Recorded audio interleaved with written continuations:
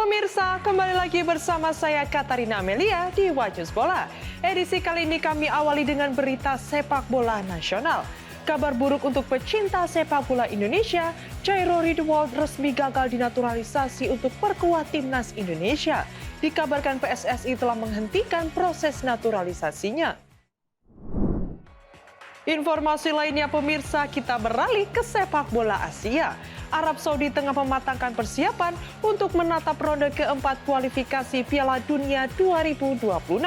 Sebagai pemanasan, The Green Falcons akan menghadapi dua tim kuat dari Eropa. Pemirsa, inilah Watch Bola selengkapnya.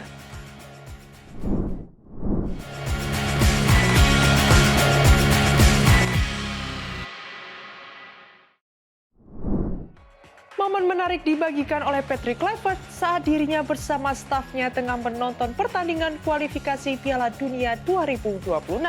Aksi yang dilakukannya itu sebagai bentuk persiapan untuk menghadapi ronde keempat kualifikasi Piala Dunia 2026.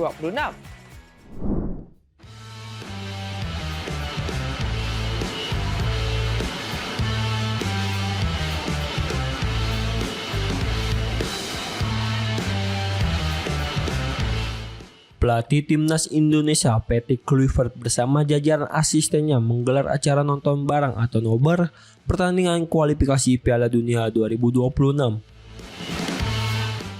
Namun, nobar yang dilakukan bukan sekedar untuk hiburan.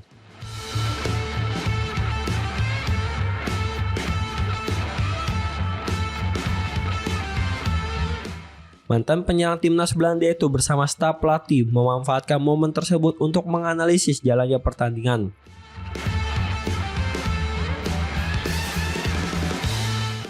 Aktivitas itu juga sempat dibagikan Kluivert melalui unggahan di akun Instagram pribadinya.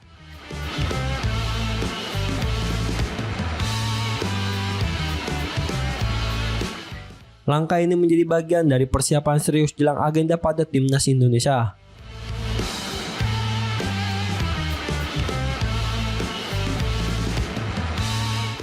Sebelum kembali berkumpul dengan para pemain Garuda pada FIFA Matchday September 2025.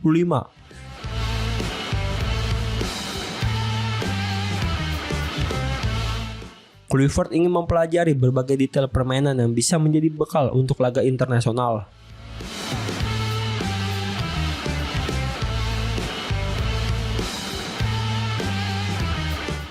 Timnas Indonesia dijadwalkan menghadapi Kuwait 5 September dan Lebanon 8 September dalam laga uji coba di Stadion Gelora Bung Tomo, Surabaya.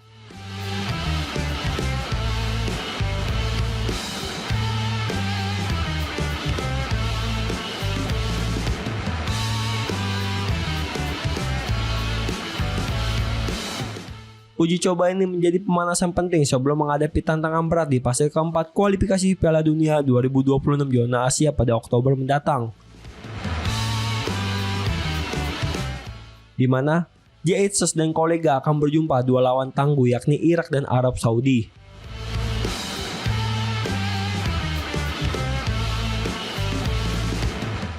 Tugas Kluivert tergolong berat, pasalnya hanya juara grup yang akan langsung melaju ke Piala Dunia 2026.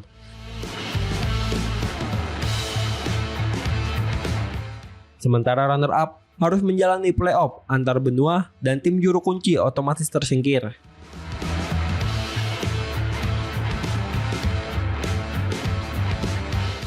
Sebagai catatan, tim Garuda di era Sintayong sebelumnya sudah berhadapan dengan Irak dan Arab Saudi.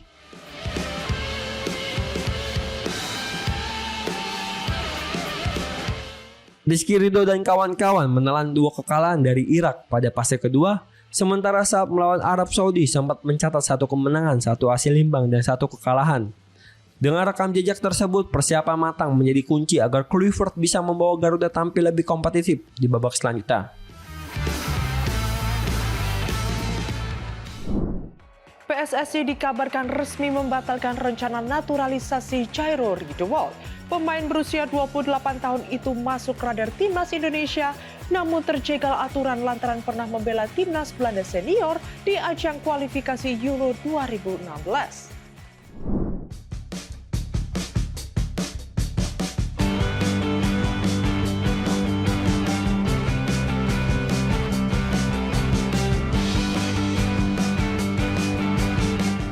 Kabar kurang menggembirakan datang dari sepak bola tanah air. Rencana naturalisasi gelandang asal Belanda Jairo Riedewald untuk memperkuat timnas Indonesia dikabarkan batal.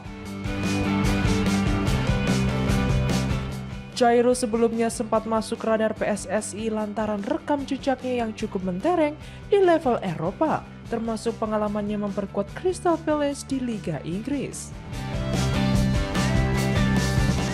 Namun keputusan pembatalan ini diambil setelah melalui sejumlah pertimbangan, salah satunya terkait regulasi FIFA. Informasi ini salah satunya disampaikan oleh akun Instagram @timnas.extra. Dalam unggahannya disebutkan bahwa PSSI telah mengonfirmasi Riedewald tidak memenuhi persyaratan untuk berganti kewarganegaraan sepak bola. Hal itu karena sang pemain tercatat sudah pernah tampil bersama timnas Belanda senior. Berdasarkan data Transfermarkt, pemain berusia 28 tahun itu memang pernah membela timnas Belanda di ajang kualifikasi Euro 2016.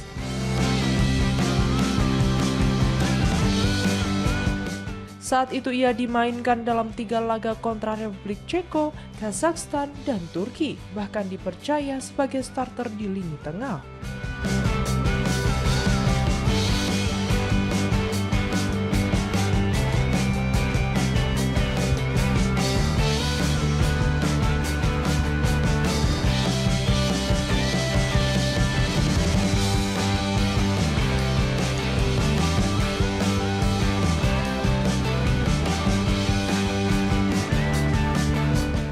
Secara aturan sebenarnya masih ada peluang bagi Jairo untuk tetap menjalani proses naturalisasi.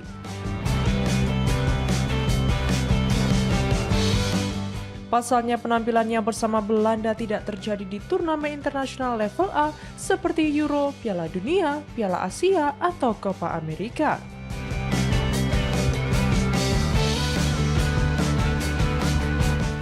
Selain itu, regulasi FIFA sejak 2021 memperbolehkan pemain berganti asosiasi jika saat pertama kali membela timnas sebelumnya usianya masih di bawah 21 tahun.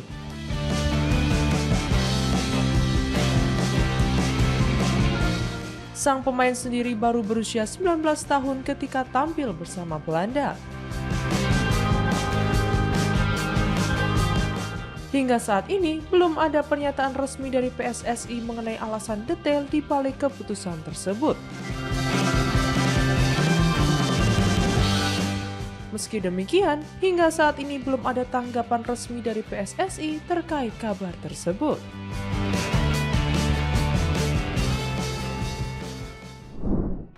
Patrick Kluivert resmi memanggil 2 pilar Persib Bandung, Mark Klok dan Beckham Putra. Kedua pemain tersebut akan memperkuat timnas Indonesia di FIFA Matchday September 2025.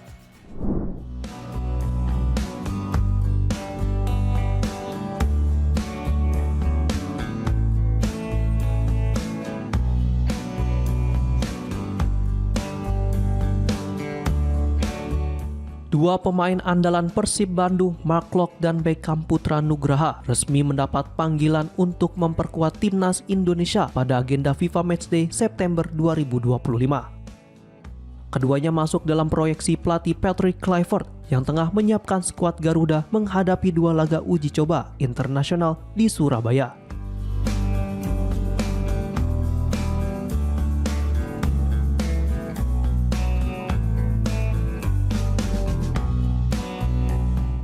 Timnas Indonesia dijadwalkan menghadapi Lebanon dan Kuwait. Duel ini sekaligus menjadi bagian dari persiapan menuju babak keempat kualifikasi Piala Dunia 2026. Sementara itu, bagi Klok dan Beckham, kesempatan ini menjadi ajang penting untuk menunjukkan kualitas mereka di hadapan Kluivert.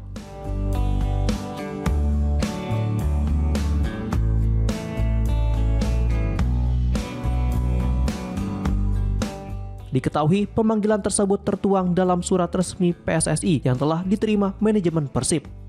Dengan agenda bergabungnya kedua pemain pada 1 September 2025 untuk menjalani persiapan bersama timnas. Momen ini terasa spesial bagi Mark Klok sebab menjadi pemanggilan perdananya sejak skuad Garuda ditangani Kluivert. Sementara itu, Beckham Putra sebelumnya sudah sempat merasakan atmosfer timnas asuhan pelatih asal Belanda tersebut. Saat tampil di 2 laga terakhir grup C babak ketiga kualifikasi Piala Dunia 2026 pada Mei lalu.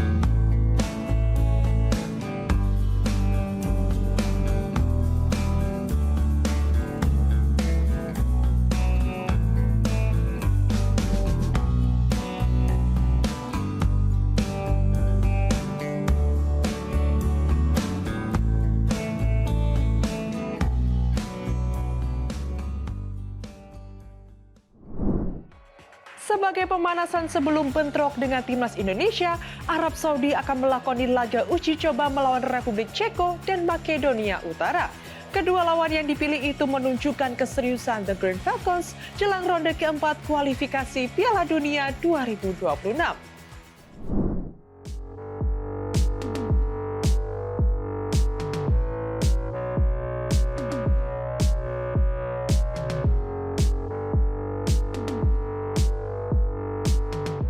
Seperti halnya timnas Indonesia, Arab Saudi juga mulai memanfaatkan agenda FIFA Matchday untuk persiapan menghadapi ronde keempat kualifikasi Piala Dunia 2026.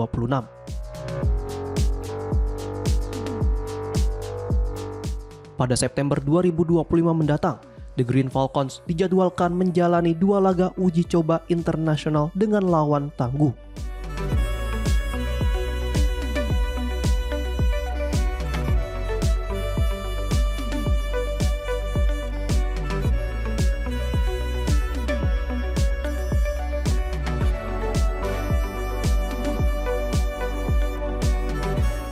Arab Saudi akan menghadapi Republik Ceko dan Makedonia Utara dalam laga persahabatan yang digelar di Ceko.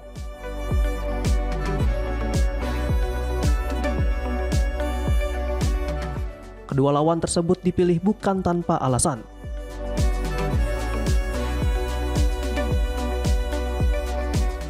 Saat ini, Ceko menempati peringkat ke-41 FIFA, sementara Makedonia Utara berada di posisi ke-62 dunia.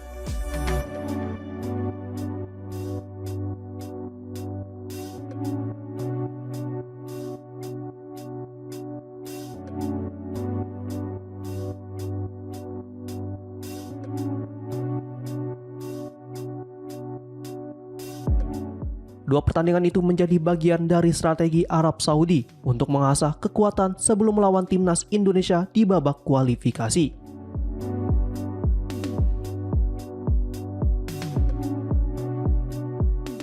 Pasalnya, Arab Saudi tergabung satu grup dengan Indonesia dan Irak, di mana hanya juara grup yang berhak lolos langsung ke putaran final Piala Dunia 2026.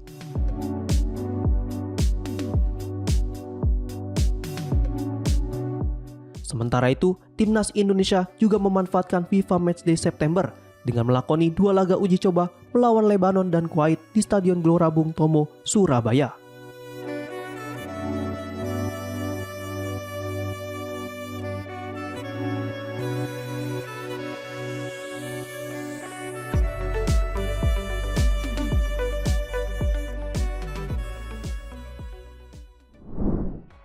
Facundo Garces, pemain naturalisasi timnas Malaysia, akhirnya angkat bicara terkait polemik garis keturunannya. Pemain berusia 25 tahun itu meluruskan bahwa kontroversi tersebut hanya dipicu kesalahan penerjemahan.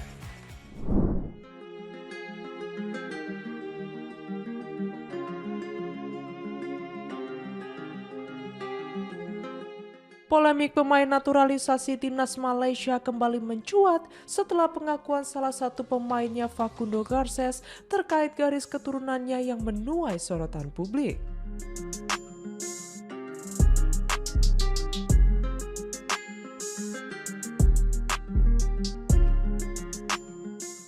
Pemain berusia 25 tahun itu sebelumnya menyebut memiliki darah Malaysia dari buyutnya. Pernyataan yang kemudian memicu perdebatan karena dianggap berpotensi melanggar regulasi FIFA.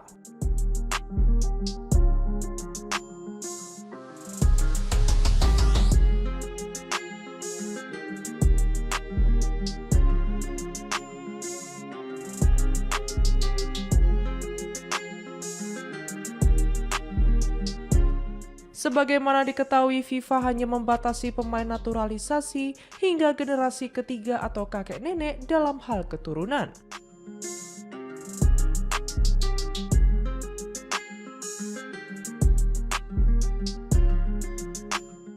Hal itu membuat status pemain Deportivo Alaves itu dipertanyakan oleh banyak netizen yang meragukan legalitasnya.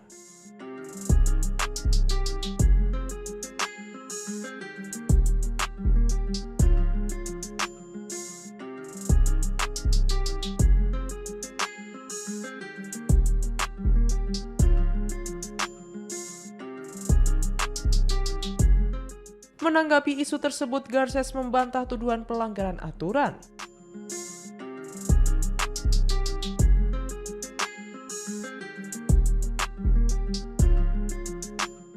Dirinya menegaskan bangga bisa membela timnas Malaysia serta mengklarifikasi bahwa kesalahpahaman tersebut muncul akibat kekeliruan dalam penerjemahan.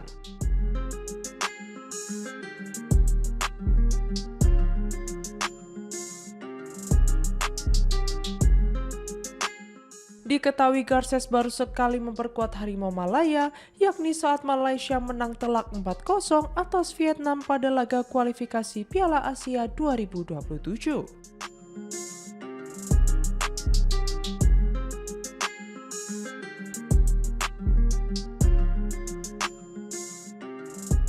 Kini dirinya masih menjadi bagian dari skuad yang berjuang membawa Malaysia lolos ke putaran final turnamen tersebut.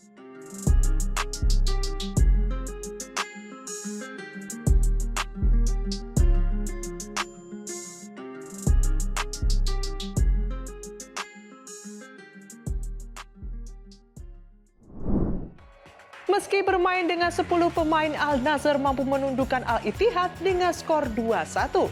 Dengan kemenangan ini, Cristiano Ronaldo dan kawan-kawan melenggang ke final Piala Super Arab Saudi 2025.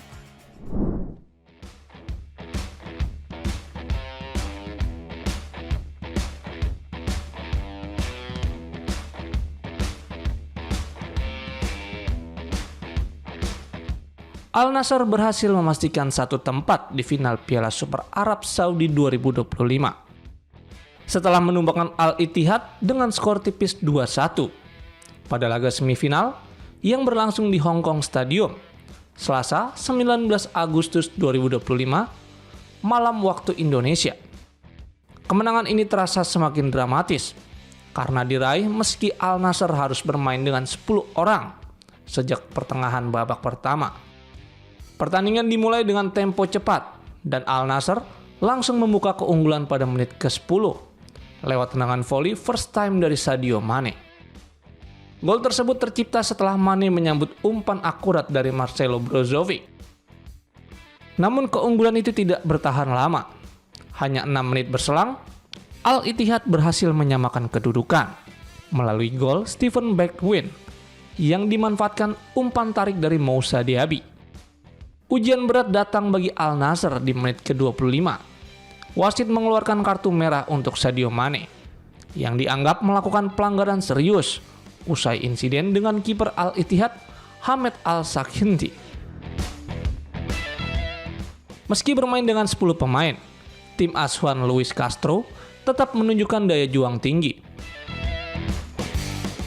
Jelang akhir babak pertama, Al-Nassr sempat mendapatkan peluang lewat tendangan bebas yang dieksekusi Cristiano Ronaldo. Namun bola melambung di atas mistar. Kemenangan Al-Nassr akhirnya dipastikan di babak kedua, tepatnya di menit ke-61, ketika Joao Felix mencetak gol setelah menerima umpan dari Ronaldo. Gol sempat dianulir karena dugaan offside.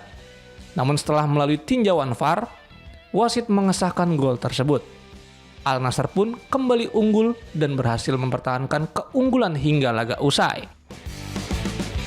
Hasil ini membawa mereka melaju ke partai puncak, sekaligus membuktikan ketangguhan tim meski tampil dengan kekurangan jumlah pemain.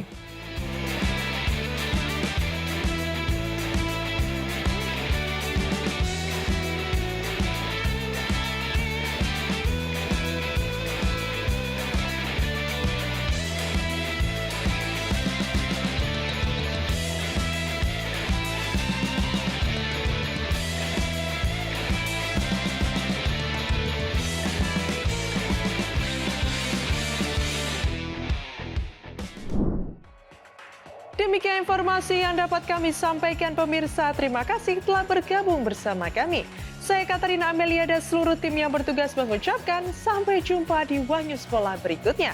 Setiap hari pukul 9 malam hanya di kanal YouTube TV One News.com.